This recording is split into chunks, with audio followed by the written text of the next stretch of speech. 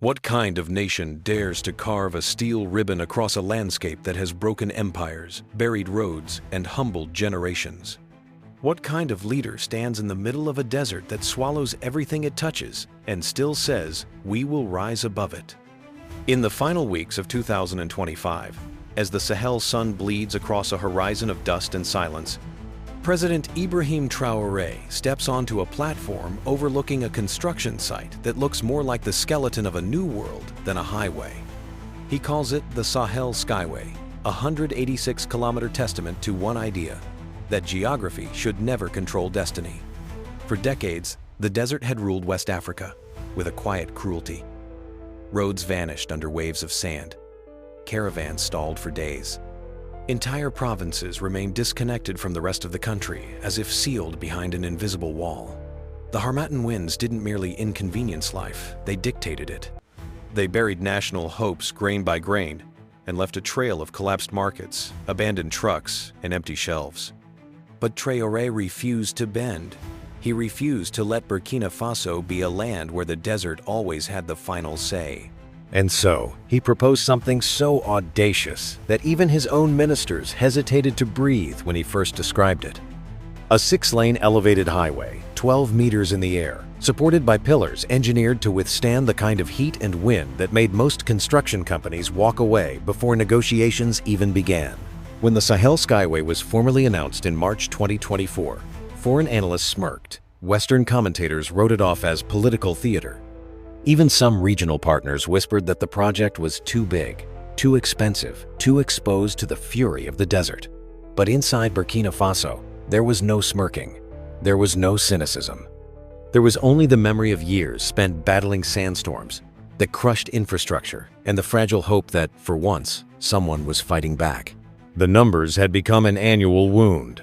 Between 2017 and 2023, more than 21,000 freight shipments were stranded. Produce rotted in trucks. Fuel deliveries halted. Medicine expired before reaching clinics. In the worst months, roads disappeared beneath 40 to 90 centimeters of sand, turning the north into an archipelago of isolated communities. Economists estimated that over $400 million evaporated from the economy each year, not through corruption or mismanagement, but through the ruthless, indifferent power of nature. So when Traoré revealed the blueprint for an elevated super corridor rising above the dunes, the nation didn't ask if it was possible. It asked when it would begin.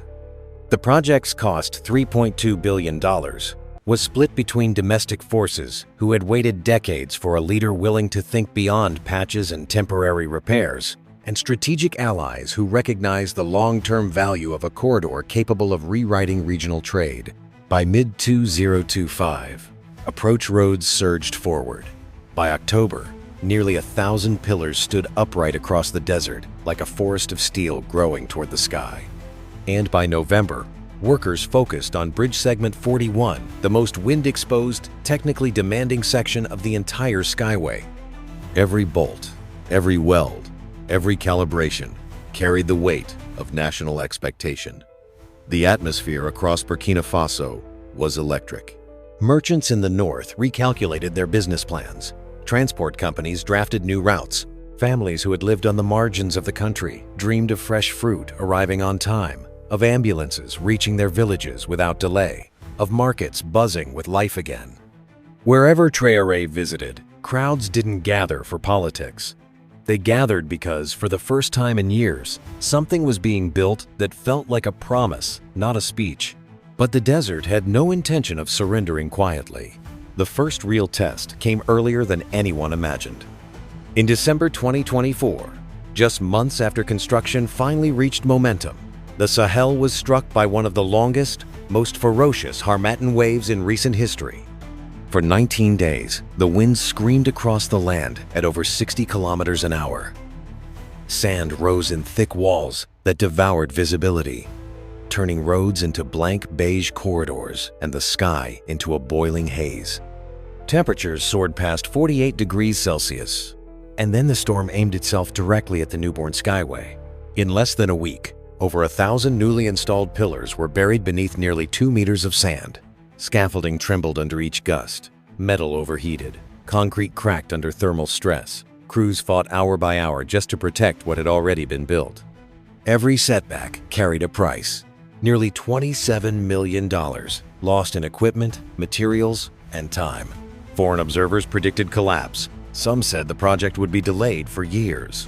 Others declared that the storm had exposed the Skyway's fundamental weakness. But something extraordinary unfolded in the heart of the chaos. Instead of retreating, workers adapted. They began their shift at 4:30 inches the morning, racing against the rising sun.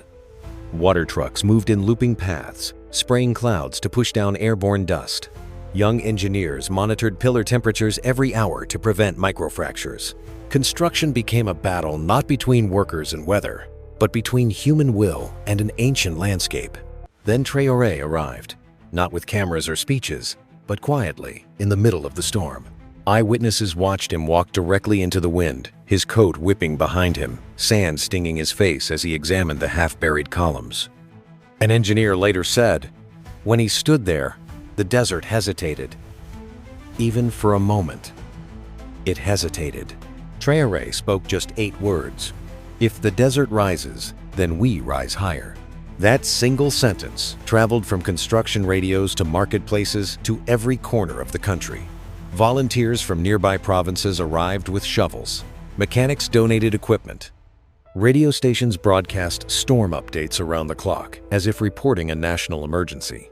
The Skyway stopped being a piece of infrastructure.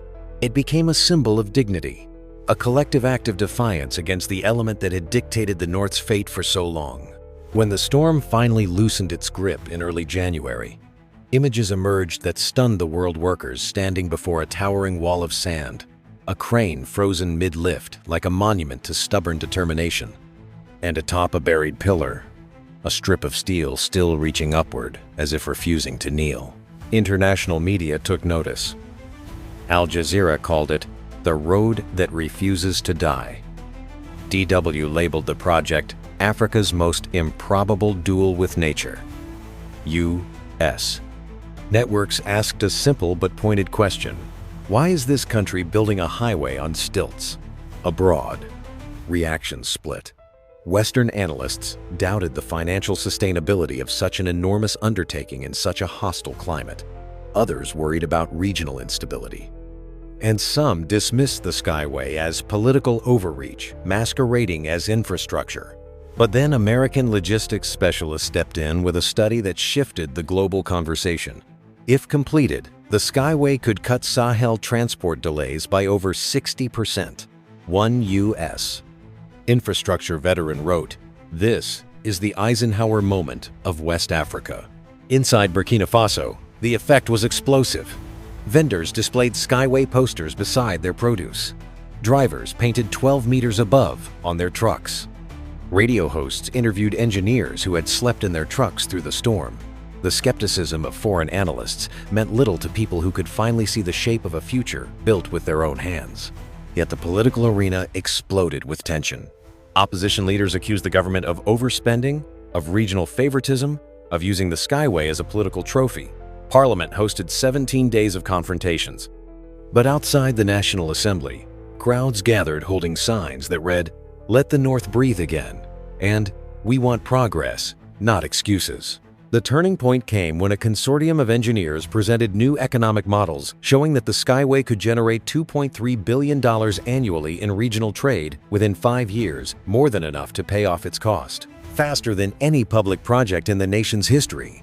Traoré's speech in Parliament sealed the moment. He didn't speak of politics.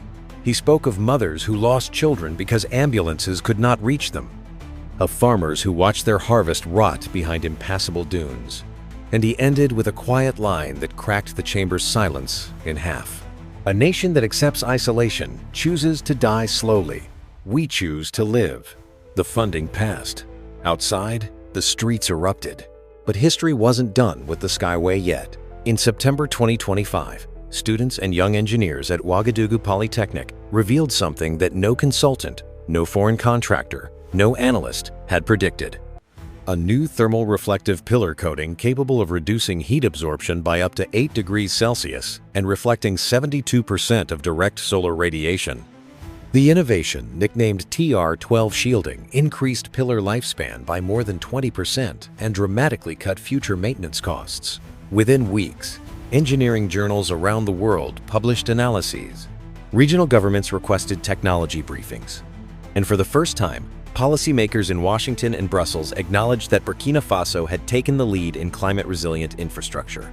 This wasn't just a highway anymore. It was a laboratory of African innovation, a blueprint, a standard. Proof that the world had underestimated a nation that had been forced to fight the desert for generations and learned to rise above it. Now, as November 2025 draws to its final days, the Sahel Skyway is nearly complete. It stretches across the desert like a silver vein carrying the lifeblood of a new era. Test convoys glide above dunes that once trapped entire fleets. Communities that lived in isolation for decades now look up at a highway that seems to float above their rooftops like a promise finally kept. As the sun sets, its last light catches the steel pillars, turning them into glowing spines across the horizon. Traore stands before workers, engineers, and families who gathered to witness history taking shape. And his voice carries across the site, like the final line of a long-fought poem. We do not ask permission to rise. We rise, and the world watches. The Sahel Skyway is no longer a project. It is a declaration forged in heat, sand, steel, and defiance, proof that a nation's future is written not by its hardships, but by its courage to build anyway. And this story, like the Skyway itself, is only the beginning.